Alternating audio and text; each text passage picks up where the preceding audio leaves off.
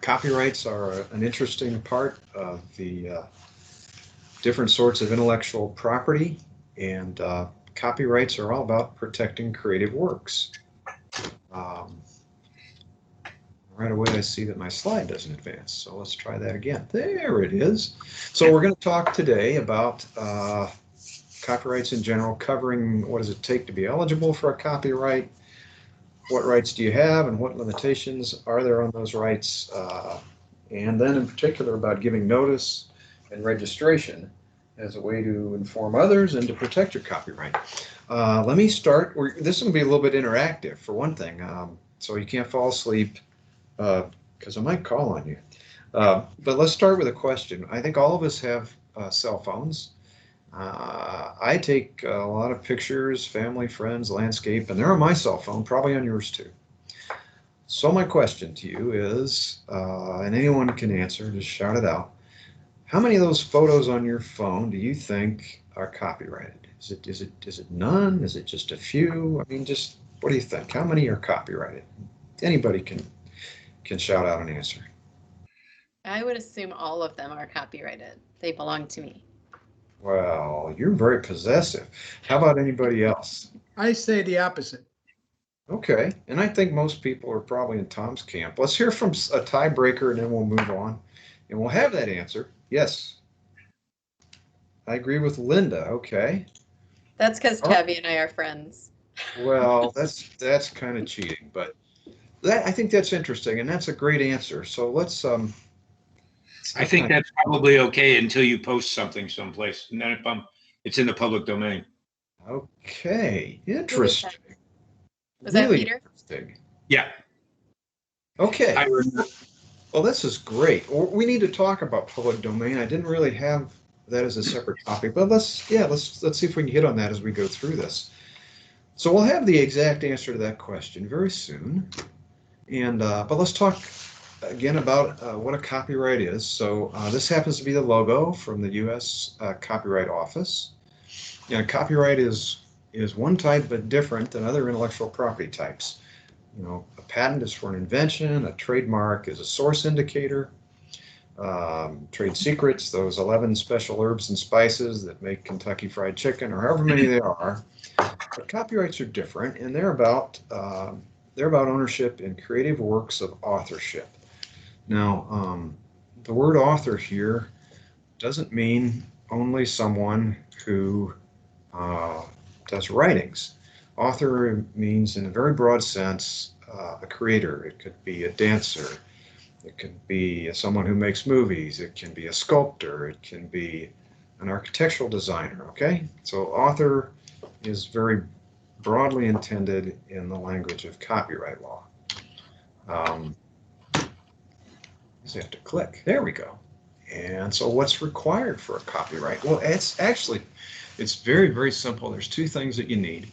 You need an original creative work. Now, original means it's yours and not somebody else's. And the creativity bar is very low. If I drew a stick figure of myself talking on my pad right here with my pen in blue ink, that would be creative enough to fit the requirement for creativity. So that's very low. And the second thing it has to possess is that work has to be fixed in a tangible form. Now decades ago, that form probably meant, on a canvas or in a writing. But today it means, as long as it can be reproduced or communicated or perceived, even for a very short time, like for a fraction of a second. So storing something on computer memory is fixing it. So let's go back to our question about our photos on our phones. Gosh, Linda, you answered it so well. So are our photos enough to satisfy the creativity prong to be copyrightable?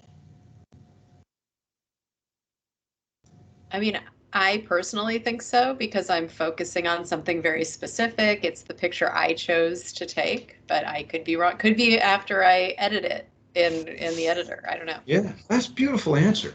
Well, you're right in the first place, and you'd be right in the second place as well.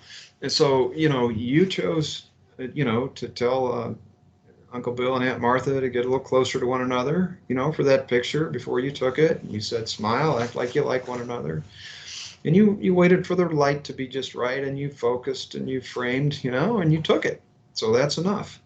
And then as you further edit, of course, you're adding to the creativity. And fixed in a tangible form, I think we already answered that. Certainly it's a digital image, but on your phone, anybody can see it, can't they?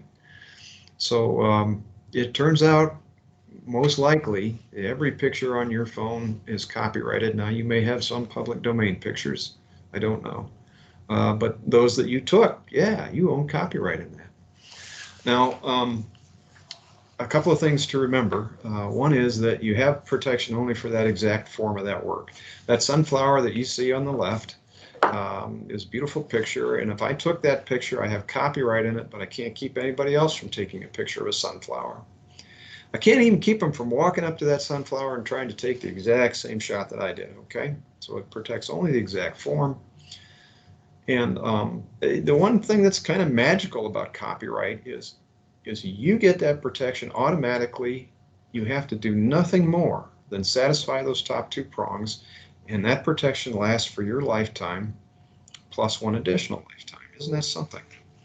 So let's look at the roots of copyright law. Where does this come from? Where do we get this special gift that we have to do nothing to get? So different than a trademark or a patent. So the roots of intellectual property law are in our U.S. Constitution. They date back to 1787. And in that document, Congress is given the power to secure for authors of creative works an exclusive right in those works for a limited period of time. And why did they do that? For two reasons. One is to provide incentive for people to make creative works and to be able to profit off of them and to continue to make those works for the benefit of society. So even in that time frame, those contributions were recognized. Now, let's talk about the sorts of works that can be copyrighted. Now, you'll recall, patents are for inventions and trademarks are for source indicators, but copyrights cover these kinds of works here, and these categories are to be interpreted very broadly and not narrowly. And so you see here written works and musical works and so forth. Now let's talk a moment as we get down to pantomimes, a pantomime work.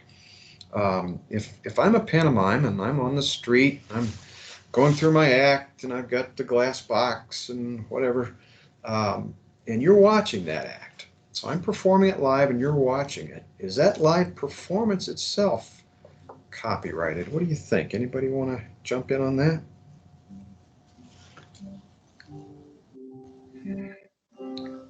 Okay, well, I don't hear an immediate response, but here's what I want you to get out of that. So a live performance, ordinarily, that particular performance is not copyrighted. It goes off into the air, into the ether, and it's not fixed. However, if I was the pantomime artist and I wrote down and I made drawings and I documented my act, now that act is copyrighted. Live performance is not, but my fixed representation of it is. Okay. Now you can see some of the other categories here. Again, these are broad, and for example, computer programs, writing code is fit within literary works. So even code is covered. We don't always think of that as creative writing, do we? But code is copyrightable. As the owner of the copyright, and you all know that you got that automatically, and that's pretty cool, what exclusive rights do you have? Well, you get to keep others away from your property without your permission. And that means you get the right to reproduce that work, to make variations of it, to distribute it, to perform it or display it publicly, and to authorize other people to do this. And so you have a very powerful set of rights around that creative work. And now that they've built up, I built up your feeling of this impregnable fortress of rights. Now I'm going to tear it down a little bit. There are some exceptions. There are some limitations to your right. And one that's very common is the work for hire doctrine. And in this doctrine, it says a couple of things. It says, one, if you're working for someone else, you're an employee, and you're working, let's say, as a graphics artist for another company, it turns out you don't own copyright in your work because you're employed to do that and you're paid to do that, okay? So the exception is when you work for another within the scope of your employment, your employer owns copyright. But many of us don't. And as small businesses, many of us might operate as independent contractors, for example, writing code for someone else. In that case, the work for hire doctrine will only apply when you have a written agreement with whoever's hiring you, and your work has to fit within one of these categories. And these, in general, are not particularly creative pieces of work, and these are narrow. It must be one of these. So compiling materials in a single work, or contributing to a collective work, motion picture, audio, video work is in there. Translating into a different language, an editorial, an instructional text, or my favorite, a test, answer for a test, or an atlas. These areas may be within work for hire doctrine, but only these, and not outside of that. And so what's interesting here is, as an independent contractor now, if you make visual arts, if you produce drawings, if you're a photographer, if you write code, as an independent contractor, that does not fall into work for hire. And so you as the author retain that copyright unless you've assigned it contractually. Now, most people that would hire you to write code or develop graphics, most I would think would be sophisticated enough to have you assign that copyright to them, or what we would recommend, grant a non-exclusive limited license for them to use it. Anyway, those will be in the contractual terms.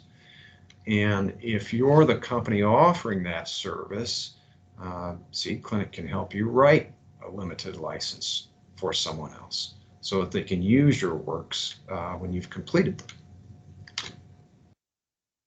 All right, let's try an exercise. A quick question, if I could. Yeah, sure. If I am a professor at John Carroll, I write a syllabus or I write a test, then according to the last slide, John Carroll owns the copyright on that? Yeah, and you know what, Tom? I want to look into that a little more thoroughly, but generally, you're employed to do these things for the university. And that would mean that as an employee, your works are assigned to the university automatically. So your syllabus, your charts, your tests, your handouts, your presentations, those are university owned. It's interesting. The first place I ever taught was at Akron as an adjunct, and which is not an independent contractor, I don't believe. And the professor who I was filling in for made it very clear that, yes, you may have my syllabus, but it's copyrighted, so don't use it. Well, he's right. It's copyrighted, but let me look into this more thoroughly because it's a great question.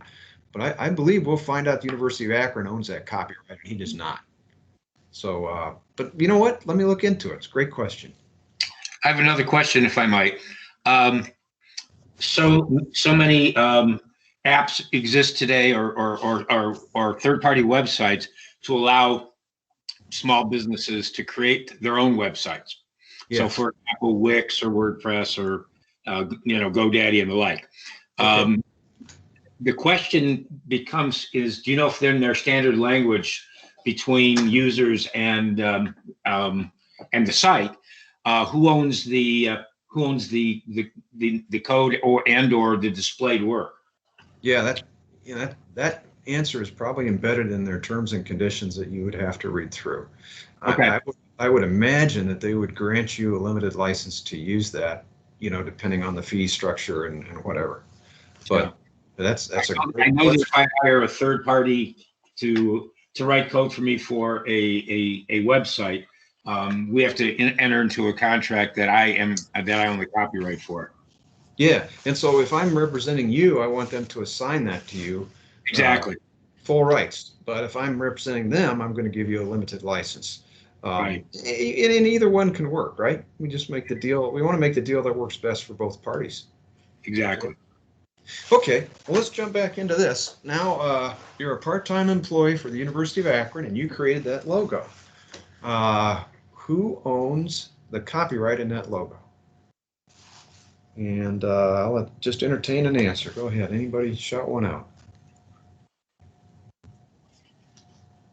The University of Akron owns that. There you go. And I think you're right, and that's what we're getting for answers. I'm going to put a little twist on here, and the twist is this. First of all, it doesn't matter whether you're part-time or a full-time employee. If you're an employee relationship, then your employer owns copyright. But the key is, was that within the scope of your work, okay? And if you were employed to create it, it was. But if you were employed as a landscaper or in some other function, in fact, you own that copyright, okay? And the university would ask you and compensate you in some fashion to assign it to them. Here's another carve out that allows a person to use another person's creative work without permission, and it's called fair use doctrine. We use it a lot in the educational field, don't we? But it says, essentially, you're not infringing someone else's work when you use it for one of these particular cases, such as criticism and teaching. And the way the court decides whether that's a fair use doctrine or not is it goes through these 4 questions that you see here. And they don't score them such that you need to get 3 out of 4 to be successful. Each case is evaluated on its own merits, and any one of these questions could swing the answer one way or the other. Most important generally is whether you use that other person's work for commercial purposes or not. And generally, if you didn't, it's more likely to be granted fair use. And the second inquiry is about the nature and the originality of the work that you used. And the third question is, how much of it did you use? And the fourth question is, how did your use affect the underlying market value of that work? So now we have on the right a refrigerator magnet that a company sold. I don't know who, but they did. And look at that. It's kind of funny. It's kind of creative. What do we think? Is that fair use or is that infringement? And again, if we look at it, it's clearly a commercial use. It's an important work. I used all of it. I have no idea what that does to the market value of Mona Lisa. But what do you think? Who wants to take a stab at that?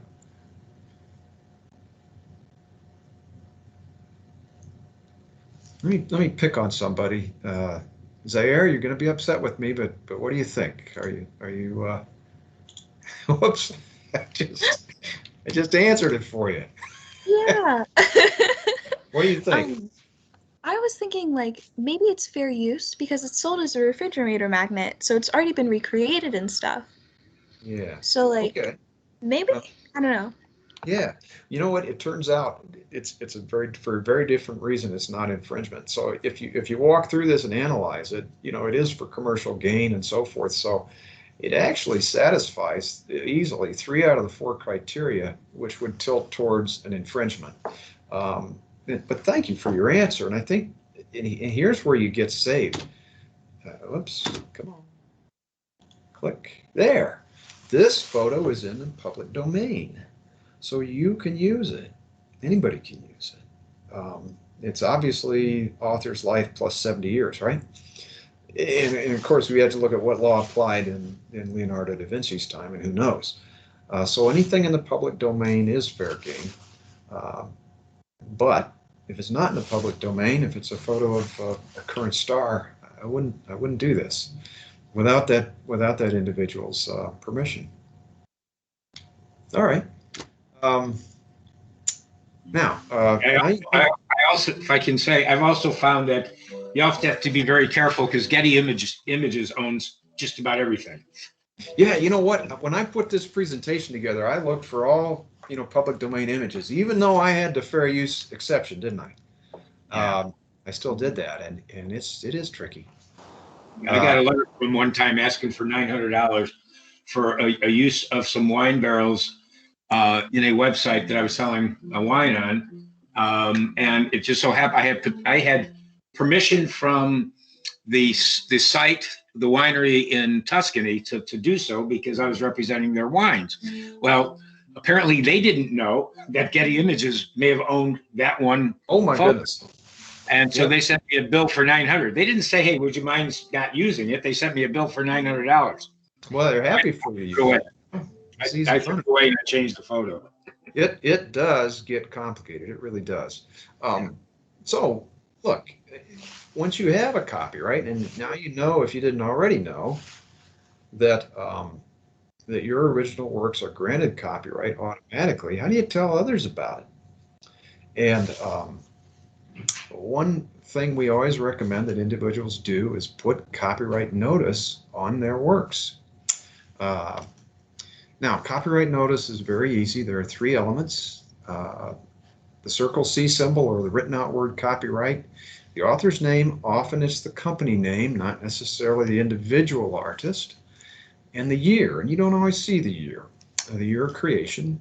And then these three magic words are often added, all rights reserved. What this does is this gives notice to anyone that sees your work that you are asserting your copyright, and in case they didn't know, as many of us didn't when we talked about the photos on our phone, you are reserving all your rights. And so it's a nice reminder to individuals that I know my rights as copyright holder, and I'm reserving them. Okay. And then notice, of course, is important, and you provided that with that brief notice we talked about on the previous slide. But for even better protection, you should register your copyright with U.S. Copyright Office. Now, that registration is easy to do online, and it's inexpensive, and it establishes a record of ownership. You give constructive notice to everyone when you register, because all they had to do was go to the Copyright Office and look for it, and they would find your registration. It also turns out, if you want to sue someone else for infringement of your work, you have to register to bring that case. Now, if someone does use your work and it's not registered, you can sue them for the actual damages or for misappropriation, but oftentimes those actual damages that you've suffered are not enough to pay someone to even write the cease and desist letter, and more, not to mention bring the case. So we recommend that you register for your copyrights, and you especially register all works that generate commercial value. Now, if I took a picture of my Aunt Martha and my Uncle Bill, I'm not going to register a copyright in that. It doesn't have commercial value. It might have sentimental value to them. It doesn't have commercial value. If I took that picture of that sunflower earlier in my presentation, and that's going to show up on posters or coffee mugs or whatever, yes, I'm going to register that work because it has commercial value to me.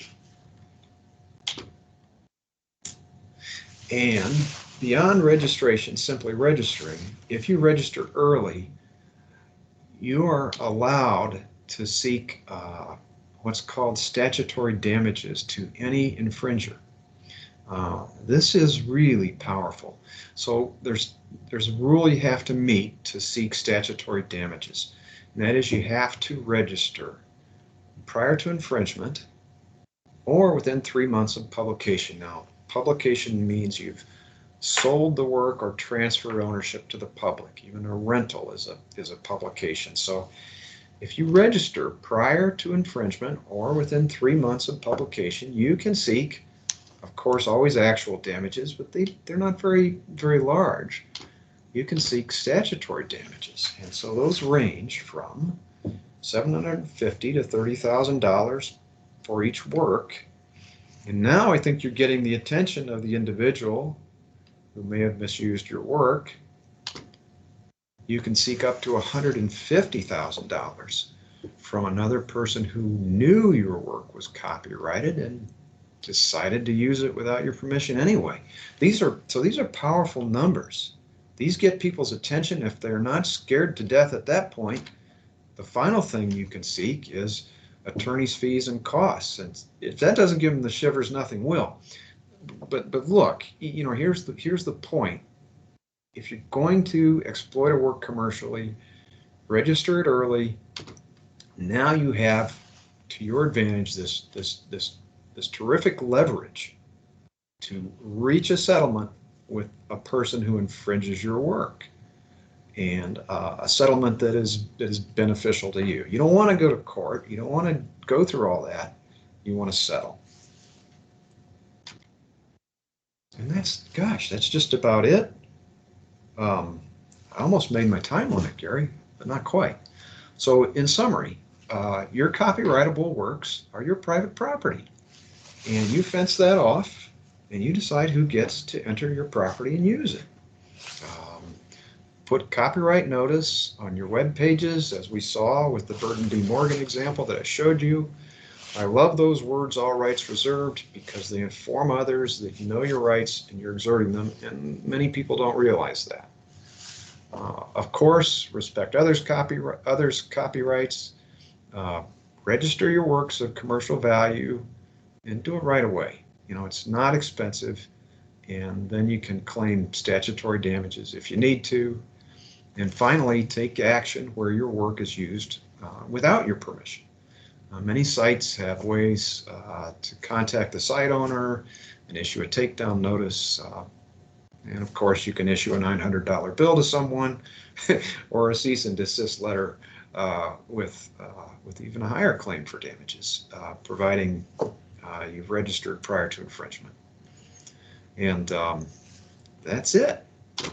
How can I help with any questions? Hey, Doug, let me just chip in.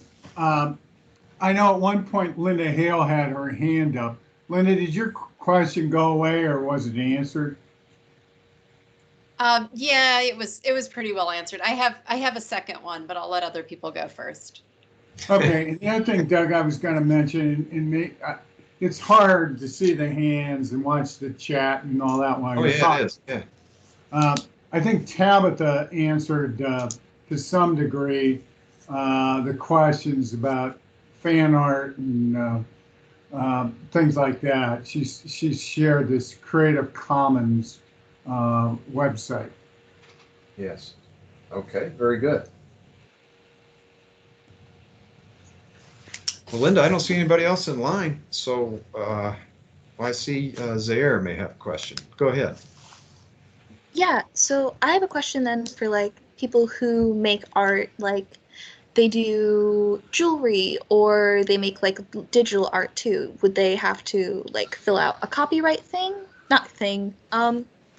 a copyright document, sorry.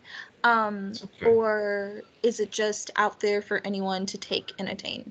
Yeah, so the answer is when you make that original creative work and you fix it in a tangible form, and working on a computer for graphic arts is a tangible form, and making a piece of art, jewelry or whatever it may be, is fixing a tangible form. So you have copyright, the artist has copyright immediately, okay? Now, what do you do about somebody else? You can't always put copyright notice on, on a piece of jewelry, but you can register the copyright. Once you register, then you can claim statutory damages if you register early enough. You don't have to register, but where you're going to make, commercial gains, where you have value in your works, then you probably should register. Thank you. You're so welcome. Linda, do you have a question? Yeah, so mine was more around, maybe from a collaboration standpoint, but I'm going to go to children's literature and talk about the art that's associated with the children's literature. So if you were going to, go ahead. No, that's it. Keep talking. This is Oh, great. okay, so if you were going to register, so I'm even going to go more specific. I've got a character in a book that's going to be part of a series and be plastered on all kinds of, pillows and coloring books and mugs and whatever. Mhm. Do I register that character for $35 or do I have to sort of register every iteration of that character? And I don't know the complete answer to that, but that's one to do some homework on. Certainly, once you register that character, you have the right now, and you have the right anyway to make derivatives, and others don't, right? Okay. So copyrighting that character gives you that unique right, and registering it then would protect that right, and definitely do it early if this is going to be a published book and it's going to show in other forms. I don't know. Okay. Have you applied for registration yet or no? So it's not my project, but it is something that someone's working on, and it's a collaborative effort that they already Yeah. need to get sort of an operating agreement together on anyway. Okay. But yeah, I was just curious. And then if there's multiple, if it's in a series, then is it just one copyright for the whole series, or is that for each book? Do you need to copyright each one if you're going to register? Yeah. So first of all, I would register the character because that's more universal, and the character appears over and over again. If it's a book in a series, I can tell you what we used to do at my old company is we revised, and these were maintenance manuals, but as we revised the manuals, we applied for copyright again because we'd made changes. Okay. Now, that can get expensive, because you're doing it over and over again. Our manuals, were gosh, I don't know how many revisions we did on those. We ended up just doing major revisions. Now, if I think about a series, of books, it's probably the series is, I don't know, 5 or 10 or something like that. It's not hundreds. Right. So as you do each new book, you would just do I the would. $35 registration, register the whole book, Definitely. but Yeah. definitely do the main character or characters as I the would. art. Yeah. Okay. Huh? All right. Thank Yep. you. Sure.